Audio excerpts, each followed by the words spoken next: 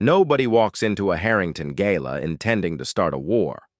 Cara Reyes walked in carrying a tray of champagne flutes and a head full of numbers. 9 days, 1 deposit, 0 margin for error. She walked out with a cut on her cheek, no job, and the undivided attention of the most dangerous man in the state. She didn't know that yet. He already knew everything. One act of compassion. That was all it took to make the most feared man in the city feel something he had forgotten he was capable of.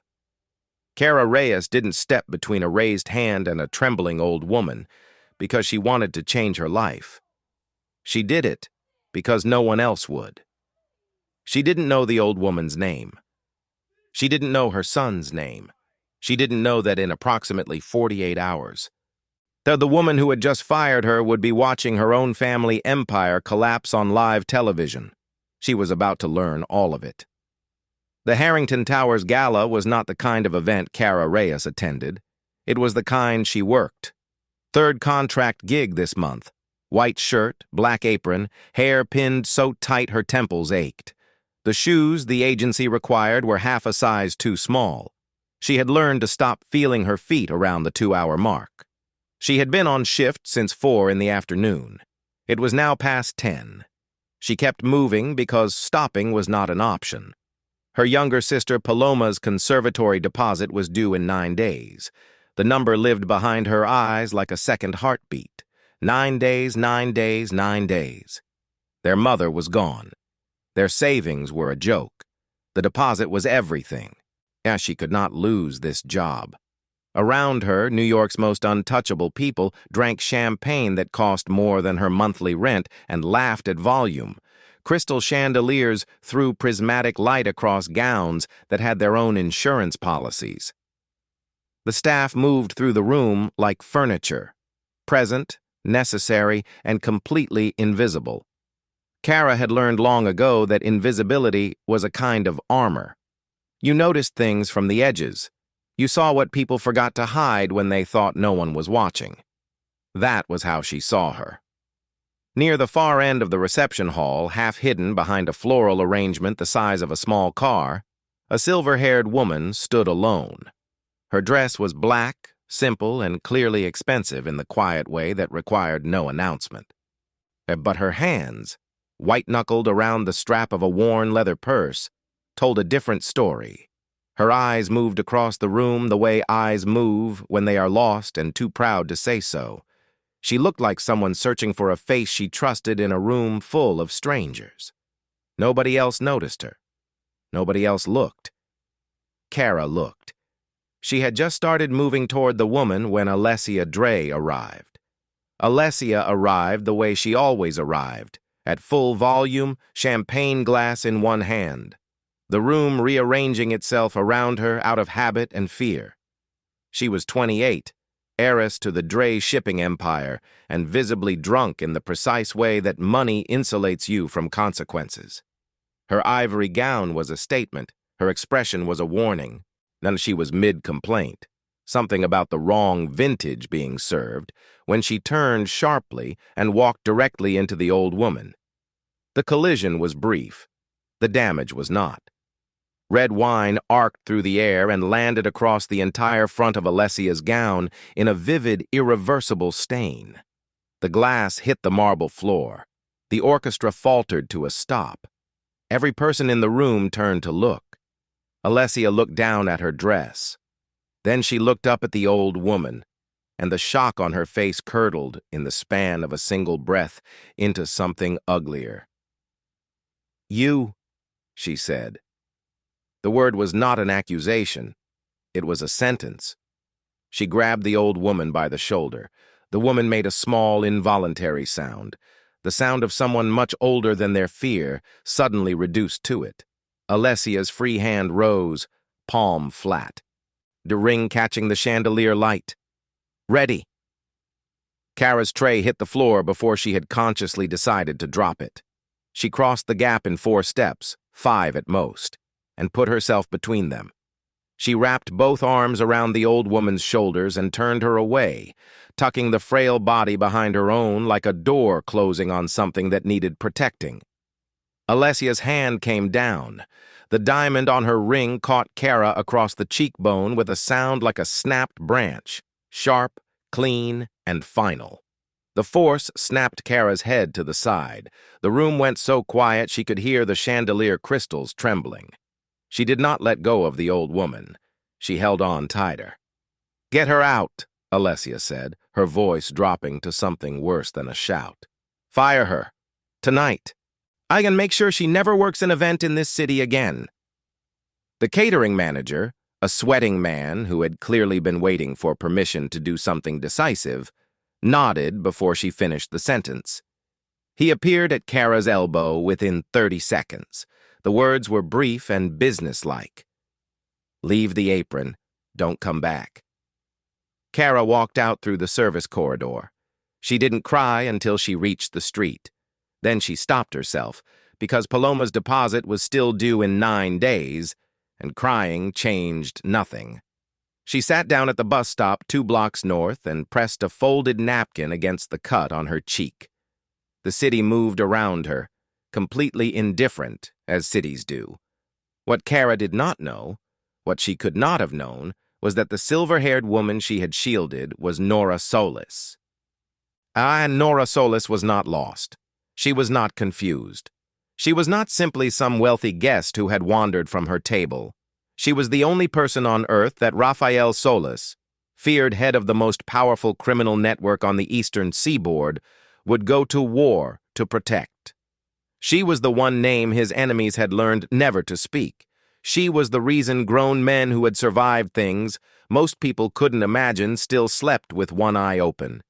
And in the back of a black SUV 2 blocks away, she was already calling her son. Cara Reyes sat at that bus stop thinking her life was over. She had no idea it was just beginning, and that the man driving toward her in the dark had already decided, before he ever saw her face, that the woman who had shielded his mother would never be unprotected again. This is that story. If this touched your heart, take 1 second and tap like. Subscribe if you haven't already. Stories like this deserve to be seen. The bus was 12 minutes late. Cara knew because she had checked her phone 4 times. Not for the bus schedule, but because looking at the screen gave her something to do besides think. The napkin against her cheek had stopped the bleeding but done nothing for the swelling. She could feel her heartbeat in her face. 9 days. She was rehearsing it in her head. The call to Paloma. "Hey, so the gig tonight didn't work out. Too casual. Something happened and I lost the job. Too vague." Paloma would ask questions. Paloma always asked questions. And Cara had never been able to lie to her convincingly, not since they were children sharing a bedroom in their grandmother's apartment on Delancey Street. I'm going to figure it out." That one she could say. She had been saying it their entire lives. The problem was that this time, she wasn't sure she believed it. A drunk couple stumbled past the bus shelter, laughing at something that had no punchline. A yellow cab slowed, clocked her apron, and accelerated. The city's verdict on the evening was swift and unanimous. "Not my problem. Keep moving." Cara pressed the napkin harder against her cheek and stared at the street. That was when she heard them. No sirens. No engine noise to speak of. Just the slow, deliberate materialization of 3 black SUVs rolling out of the dark, like they had always been there and had simply decided now to be seen.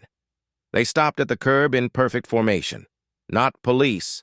Police announced themselves, needed you to feel the authority. Whatever these vehicles represented was older than authority. It didn't need to announce anything. The front doors of the lead car opened first. 2 men stepped out. They were built like load-bearing walls, wide, expressionless, dressed in charcoal that pulled across their shoulders. Each wore an earpiece. Neither looked at Cara immediately. They looked at the street, the rooftops, the parked cars. They swept the entire block with the practiced efficiency of men who had been taught that threats come from everywhere and arrive without warning. Only after the street had been assessed did the rear door of the middle vehicle open. The man who stepped out was different. He didn't scan the block. He didn't need to. That had already been done for him. He simply stood, adjusted the collar of a dark overcoat against the wind, and looked directly at her, as if he had known precisely where she was sitting before he arrived, as if this was less a search and more a confirmation. He walked toward her, unhurried, each step measured, deliberate, like a man who had never once been told to wait for anything. He didn't look like a man who answered questions. He looked like a man who already knew the answers and was waiting to see if you'd lie. He stopped 3 feet away and studied her face. Not her expression, her cheek, the cut, the bruising already beginning to bloom beneath it. He looked at it the way a person looks at damage done to something they consider theirs, even before they have any claim to it. "That was my mother," he said. 4 words, no introduction, no preamble. Cara felt the sentence land somewhere below her sternum. Your name is Cara Reyes," he said when she didn't speak. "Your sister Paloma was accepted to the Harrington Conservatory upstate. The enrollment deposit is due in 9 days. You were working tonight because you're 3 weeks from not making rent." The cold got colder. "How do you—" "I know what happened inside that room." His voice was quiet, controlled in the way that things are controlled when force is being deliberately withheld. "I also know what Alessia Dre has already sent to every staffing agency in the tri-state area. Her version of events." A pause. "You won't be working again. Not in this city." Cara's jaw tightened. She would not let him see her flinch. She didn't know who he was yet, but she understood the shape of what he represented, and she had survived too much to unravel in front of a stranger at a bus stop. What do you want?" she asked. Something shifted in his expression, almost imperceptible. She had surprised him. "I have a proposition." He reached into his coat and produced a card. Matte black, no logo, just a number. He held it out. "The bus broke down 3 miles back. I checked." Cara looked at the card, then at him, then at the napkin in her hand, stained dark at the center. She took the card. She got in the car. The city fell away in stages. First the density, the stacked buildings and bodega lights and fire escapes, giving way to wider streets. Then the streets themselves widening into avenues, then parkways, then the kind of roads that had no sidewalks, because no one who lived out here arrived on foot. Cara watched it happen through tinted glass, her hands folded in her lap, and the matte black card still tucked between her fingers. Rafael had not spoken since she got in. He sat on the opposite side of the rear seat, reading something on his phone, the glow catching the sharp line of his jaw. The silence was not uncomfortable, exactly. It was simply his. From the front passenger seat, a voice broke it. "Long night?" The man turned just enough to be seen, early 40s, dark-eyed, with the kind of face that had been lived in considerably. He had the easy manner of someone who had learned to be warm without being careless. "I'm Luca." "Cara." "I know." A small smile. "You did a brave thing tonight." "I dropped a tray and got fired." "That too." He faced forward again. He didn't offer anything else. No explanations, no reassurances, but somehow Cara felt fractionally less like cargo. She turned back to the window and watched the last of the city disappear. The gates were iron, old iron, the kind that didn't need to announce its weight because you could feel it just looking. They opened without anyone touching them, and the convoy moved through onto a private road lined with trees grown so tall and dense they formed a ceiling. The house at the end of it was not a house. It was stone and shadow and absolute authority. Gothic in its bones, immaculately kept, every window lit from within like something that breathed. Cara had been inside houses like this before. She had scrubbed their floors and polished their banisters and learned which rooms the owners actually used. She had never once imagined sleeping in one. She stepped out of the SUV into cold air that smelled of pine and damp stone, and then followed Rafael toward the entrance without being asked. Nora Solis was already at the top of the staircase. She had changed from the ruined dress into a soft cashmere robe, her silver hair loose now around her shoulders. Her eyes were red-rimmed, but steady. The eyes of a woman who had finished being frightened and moved on to something else entirely. She came down the stairs quickly for someone her age, with the purposeful energy of a person who had been waiting and was done with it. She walked straight to Cara and took her face in both hands. Her thumbs were gentle. They found the bruise beneath Cara's cheekbone with the careful precision of someone who had tended to damage before and hated every occasion of it. "Mija," she said softly. The word carried the full weight of what had happened. The gala, the hand, the ring, all of it, without requiring any of it to be named. "I'm all right," Cara said. "You are not." Nora's expression shifted, grief moving aside for something quieter and harder underneath. "But you will be." She lowered her hands and looked at her son with a directness that clearly ran in the family. "Fix it, Rafael." "I am aware, Mama." "Fix it completely." There was nothing performative about Nora's gratitude, no theater, no excessive declarations. She simply looked at Cara the way people look at someone they have decided matters to them, and that was more disarming than anything else that had happened tonight. Cara understood in that moment exactly why Rafael Solis would dismantle the world for this woman. The study was mahogany and lamplight. But Rafael sat behind a desk that had clearly made decisions and closed the first folder before she had a chance to ask. "Read it." She did. It was an email chain. Alessia Dre's legal team to 14 staffing and domestic employment agencies across New York, New Jersey, and Connecticut. The language was precise and surgical. Theft, erratic behavior, falsified references. Her name attached to every fabrication like a signature. Cara set the papers down. She didn't trust herself to speak immediately. She was thorough, Rafael said. It wasn't sympathy. It was the assessment of someone who respected the architecture of a well-executed hit, even while preparing to demolish it. He slid a second document across the desk. Clean pages, formal language, a salary figure that made her read the line twice. The role, personal companion to Nora Solis. A live-in. Full board. The addendum, attached and already signed on his end. Paloma's conservatory enrollment, full tuition, housing allowance, covered in perpetuity. Cara looked up. "Why?" "Because loyalty has a value," Rafael said. "And you demonstrated it to someone I love, at a cost to yourself, without knowing it would be seen." He held out a pen. "That is not nothing." She took the pen. She found the signature line. She wrote her name. Rafael watched the pen move without expression, but something in his posture changed. A stillness that hadn't been there before settling into him, deliberate and quiet, like a door closing on a decision already made. She had signed her name next to his and felt, inexplicably, like she had just stepped onto a ship leaving a burning shore.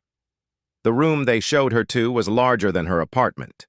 She sat on the edge of a bed that probably had a name for its mattress type and stared at the ceiling until her hands stopped shaking. Then she called Paloma. "Hey! Cara, it's almost midnight." "What?" "The deposit is paid." Her voice held. "You're going." A silence. Then Paloma made the sound she always made when something too large to process arrived, a sharp inhale followed by a kind of fractured laugh. She cried. Properly, openly, the way Cara had never let herself.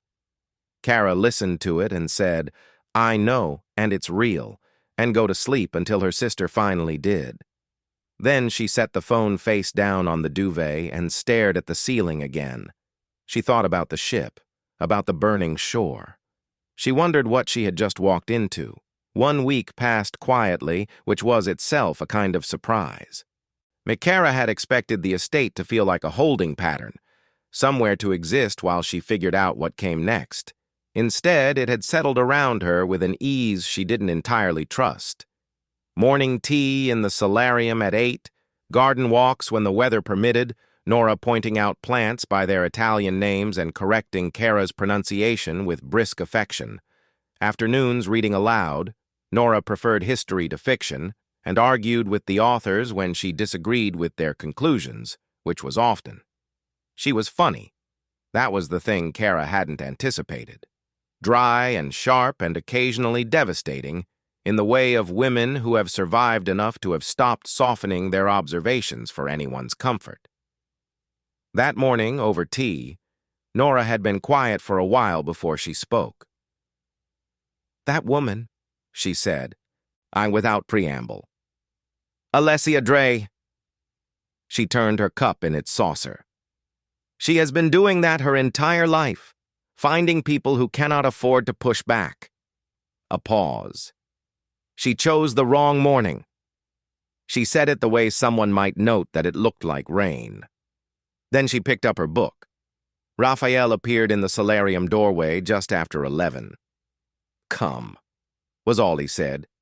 The sitting room television was already on, tuned to the financial news. The chyron across the bottom of the screen was red, which was never good. "Dre Maritime under federal investigation. Licenses suspended pending review." A reporter stood outside Dre shipping headquarters, gesturing at a building whose lobby Cara could see through the glass behind her was in visible chaos. Conrad Dre, Alessia's father, at the face of one of the Northeast's oldest shipping empires, was being described as unavailable for comment. His lawyers were being described as very available indeed. The stock had dropped 38% since market open. Trading had been suspended. Cara watched in silence. Nora crossed herself quietly and went to make more tea. When they were alone, Cara turned to Rafael. "Did you do this?" He was standing by the window, hands in his pockets, watching the screen with the detached attention of a man reviewing completed work. "No," he said. "Rafael." He looked at her then. "Conrad Dre has been running ghost manifests through his Eastern fleet for 11 years. Ships that exist on paper, cargo that doesn't exist at all. The difference laundered through 3 subsidiary companies in Rotterdam." He paused. "I didn't fabricate that. I handed the relevant documentation to someone at the SEC who had been looking for a reason to look harder. The fraud was always there. I simply removed the obstruction." Cara looked at him for a long moment. She wanted to find the flaw in it. The part where she could say, "This is wrong, this is too far, this is not justice." But the architecture of what he had described was too precise, too honest in its own way. Conrad Dre had been stealing for over a decade. Alessia had spent those same years wearing the proceeds and calling other people beneath her. The man beside her was dangerous. She had not stopped knowing that, but she could not call this unjust. Justice and revenge, she was learning, were not always different things. Sometimes they wore the same face and you just had to decide which name you were comfortable calling it. In the news cut to a live feed at 12:30, a charity luncheon at the Meridian Club, Alessia Dre at a podium in pale pink mid-sentence, surrounded by the city's philanthropic elite. 2 federal agents in windbreakers walked onto the stage from the left. The room caught it before Alessia did. By the time she turned, one of them already had her wrist. The handcuffs caught the light. Her mascara was running before they reached the door. Cara watched her face on the screen, the fury collapsing into something raw, and felt something she didn't want to examine too closely. Not satisfaction, exactly, not guilt. Something that lived in the space between them, something that told her she was not the same person who had sat at that bus stop 8 days ago. Rafael's voice came quietly from beside her. "This isn't the end." He placed a folder on the table without looking at her. Inside, a debt acquisition notice, the Dre estate, their primary residence in Westchester. He had purchased the debt. The property would transfer before the week was out. "Tomorrow evening," he said, already moving toward the door. "Get dressed, something elegant. I'll have it sent to your room." He paused at the threshold. I want you there when I close it. So, did Rafael go too far? Or did the Dreys earn every bit of this? Drop your verdict in the comments. And if you want to see what happens when Cara walks into that boardroom beside him, make sure you've subscribed. The dress was midnight blue. No embellishment, no drama, just silk that fell exactly as it was meant to, cut by someone who understood that understatement was its own kind of authority. Cara stood in front of the mirror for a long moment. It wasn't the dress that stopped her. It was the woman wearing it. The posture was different, shoulders back, chin level, the particular stillness of someone who had stopped apologizing for taking up space. She didn't know exactly when that had happened. She suspected it had been happening slowly, all week, and the mirror was simply the first place she'd noticed. She picked up her bag and went downstairs. Rafael was waiting in the foyer. Black tuxedo, no tie, the kind of effortless formality that suggested the clothes had simply arranged themselves around him out of respect. He looked at her once, a single, unhurried assessment, and said nothing. Luca held the door. In the car, somewhere past the Triborough, she asked, "Why do you want me there?" Rafael didn't look up from the window. "Because the woman who humiliated you should see clearly where you are standing now." It wasn't tender. It wasn't a compliment. It was precise and deliberate, the way everything he said was, a statement of restitution rather than affection, an account being settled. Cara nodded and looked back at the road. She found she understood it completely. The plaza lobby did something when Rafael Solis walked into it. Conversations didn't stop. They stuttered, losing their thread before recovering too carefully. A security manager near the concierge desk straightened without being looked at. The elevator attendant pressed the penthouse button before Rafael reached him. Small adjustments, instinctive, the involuntary choreography of a room that understood on some animal level and that something significant had just entered it. Cara walked beside him and felt the pressure of it like a change in altitude. The elevator rose without a word between them. The penthouse conference room held 12 men who all looked like they hadn't slept. Conrad Drey sat at the head of the table, older than his photographs, the color gone from his face, a man watching the architecture of his life, failing structural inspection in real time. Alessia was there too, bale pale, a glass of something clear in her hand that wasn't water, mascara reapplied over the evidence of what the afternoon had cost her. She looked up when the doors opened. She saw Rafael first. Then she saw Cara. The glass stopped halfway to her mouth. "The maid," she said. Her voice cracked on it. "He brought the maid." She was on her feet, one hand on the table. Daddy, that's her. That's the one who—" Rafael looked at her. Just looked. Alessia's voice died in her throat. She sat back down slowly, as though her legs had made the decision independently. Rafael walked to the center of the room and set a folder on the table. He didn't open it. He didn't need to. Everyone present already knew what it contained. "My name is Rafael Solis," he said, in the same tone a man might use to discuss weather. "I hold $280 million of Drey Maritime debt acquired this morning from your primary lender. You owe them nothing." A pause. "You owe me everything." He placed both hands flat on the table and looked at Conrad directly. "The company, the fleet, the Westchester property, signed and transferred by midnight. Or I call the debt and your legal team spends the next decade explaining the Rotterdam accounts to a federal grand jury." He straightened. "Your choice." Conrad Drey signed. The room signed. It took 11 minutes. Alessia didn't speak again. She sat with her empty glass and watched Cara stand composed and untouched at the side of the man who had just purchased her family's name. The woman who had called her invisible now could not look away. And that, Cara thought, was not revenge. That was gravity. In the corridor outside, the doors closed on the sound of the Dreys beginning to understand what had happened to them. Cara stopped walking. "You really bought their house." Rafael turned, and for the first time since the bus stop, since the study, since any of it, he looked at her without calculation. Just looked. "I bought their consequences," he said. "You can do what you like with the house." 2 weeks after the boardroom, the estate stopped feeling like somewhere Cara was staying and started feeling like somewhere she lived. The difference was Nora. She had a way of making space feel inhabited. Flowers cut from the garden and placed without ceremony on windowsills, music playing softly from a radio in the kitchen, opinions offered freely on everything from the weather to the reliability of men who wore too much cologne. She had started calling Cara Mija sometime in the second week, without announcement, as though the word had simply become accurate and she saw no reason to delay using it.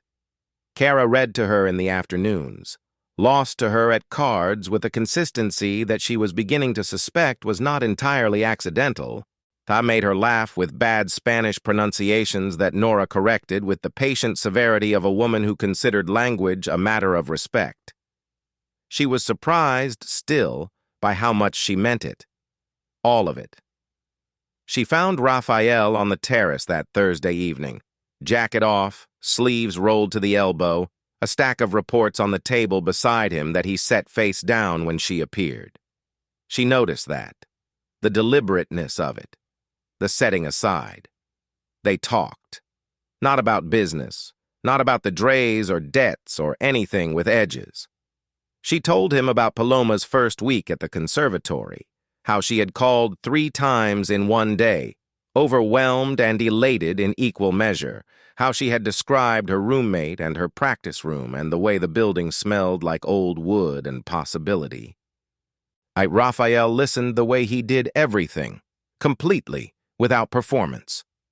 Then, after a pause, he told her something small, that he had played piano as a child, that his mother had insisted, that he had been, by his own assessment, deeply mediocre, and had stopped at 13 when it became clear that persistence was not, in this particular case, a virtue.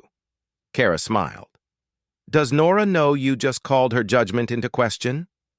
Something moved at the corner of his mouth. Not quite a smile. Close. She did not push for more. She had learned the shape of what he offered and what he kept, the precise boundary of it, and she found, to her own quiet surprise, that she respected it. 2 guarded people, learning each other's silences. She had walked into his world with open eyes. And the problem was that somewhere between the contract and the terrace, she had started to feel at home in it. Luca's footsteps on the stone broke it cleanly. He appeared with a phone held out, his expression professionally neutral in the way that communicated urgency without alarm. Rafael's posture changed between one breath and the next. The private man gone, the other one back, the door closed with no sound at all. "Excuse me," he said and went inside. Cara stood alone on the terrace. The garden was dark beyond the stone balustrade, the city a faint orange smear on the horizon. She stayed there longer than made sense. She was, she realized, in danger of something that had nothing to do with crime families. Luca found her the next morning in the kitchen. When he sat down across from her with the careful manner of someone who had rehearsed the opening. "I need to tell you something," he said, "not to frighten you, because you deserve to know." He told her about Marco, a rival, old grievance, long patience, the kind of man who moved slowly and therefore moved without being noticed. He had been watching Rafael's behavior for weeks, the unusual protectiveness, the civilian installed in the main house. He had begun asking questions about a woman named Cara Reyes. "The boss would tell you himself," Luca said quietly. "He doesn't want to frighten you away." Cara wrapped both hands around her coffee cup. She had known, abstractly, what the contract meant.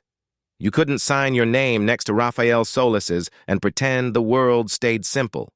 But knowing and feeling were different countries. And Paloma was visiting that weekend. She left Sunday afternoon, bag over one shoulder, already talking about a recital, already halfway back to her other life. Cara held on a beat too long. Paloma laughed and pulled back. "You're being weird, Sophia." "Travel safe." She watched the car until the gates closed behind it. Then she stood in the driveway in the quiet and breathed. She didn't know that 2 streets from the conservatory, a man named Tomas had been parked since Saturday. Watching, waiting, reporting back. The calm held for one more day. The call came at 7:14 in the morning. Luca's voice was level in the particular way that trained men make their voices level when the situation is anything but. "We have a problem. Marco's people are moving on Paloma. We have 40 minutes. Cara was already standing. The estate mobilized in under 3 minutes. She watched it happen from the hallway, men appearing from rooms she hadn't known were occupied, moving with the quiet efficiency of people who had rehearsed this without ever needing to say so. Rafael stood at the center of it, jacket on, phone to his ear, issuing instructions in rapid Italian that she couldn't follow but didn't need to. The man from the terrace, the one who'd told her about the piano, who'd set his reports face down when she appeared, was completely gone. What stood in his place was something cold and absolute and terrifyingly competent. He turned to her. "Stay here. Luca will... She is my sister." A beat, the full weight of his attention. He didn't argue. He turned back to Luca. "She's with me." The drive upstate took 50 minutes at the speed they traveled. Cara sat with her hands folded in her lap, still, deliberately still, because the alternative was falling apart, and she refused. The city gave way to highway gave way to the gray-green blur of late autumn trees. Rafael sat beside her. He didn't look at her directly, but she was aware with a precision that had nothing to do with logic that he was watching her peripherally, reading her the way he read everything, carefully, completely, without announcing it. Once, somewhere past the last toll, he said, "She will be fine." Not reassurance, not comfort offered to fill silence. A statement of intent, spoken with the quiet certainty of a man describing something he had already decided to make true. Cara looked at the road ahead and held on to it. The conservatory was a converted Victorian building set back from a tree-lined avenue, beautiful in the way of old institutions, all stone and tall windows, and the faint sound of instruments bleeding through walls that were never quite thick enough. Sergio and Tomas were in position on the eastern approach. They had not yet moved. Rafael's intelligence had been precise to the minute. His men entered the building from 3 points simultaneously, moving through the corridors with a silence that seemed impossible for their size. Luca placed Cara in a side hallway on the 2nd floor, a service corridor, windowless, out of every possible sight line. "Stay," he said, not unkindly, and was gone. She stayed. She heard it without seeing it. Not gunfire. Nothing so crude. Doors. Footsteps converging. A single sharp sound she chose not to identify. Voices in Italian, brief and transactional. Then quiet. 11 minutes. She counted. When Luca came back, his expression had returned to its default steadiness. "It's done," he said. "Marco's operation is finished. Neither of them will be a problem." He led her back to the main corridor. Rafael was already there, standing outside a closed door at the far end, waiting. Through the door, faintly, Paloma was playing. The same passage, over and over, a slow, careful repetition, the sound of someone learning the shape of something difficult. The notes came through the wood like they belonged there, like they had always been there, threading into the corridor as though nothing had happened in the building around them, as though the world outside that room had remained entirely ordinary. Rafael stood beside Cara, and neither of them spoke.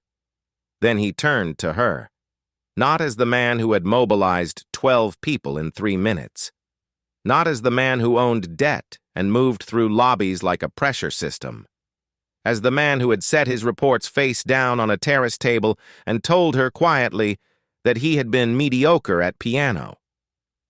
Whatever this began as, he said, it is not that anymore. He looked at her steadily. You are not an obligation.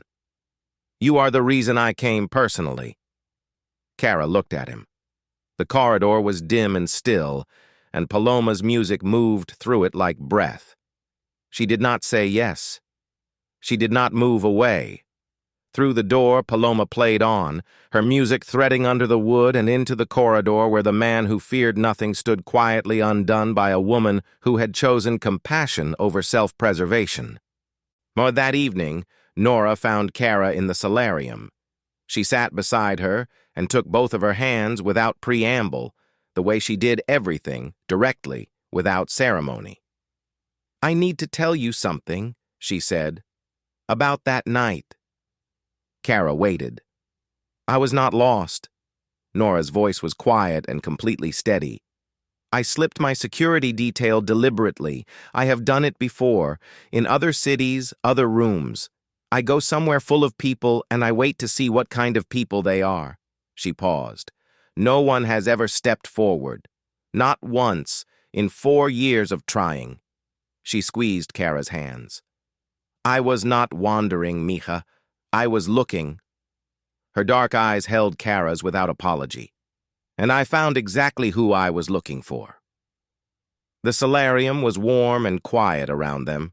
Outside, the garden had gone dark. Cara looked at the woman who had started everything, this small, deliberate, extraordinary woman, and felt something she didn't have a word for settle into the space behind her sternum. Not surprise. Something older than surprise. Recognition. 6 weeks later, the sign at the gate still read, Dre. A crew was coming Thursday to change it. Cara had known that for a week and had still not decided what it should say. Rafael had told her the choice was hers with the same tone he used for everything.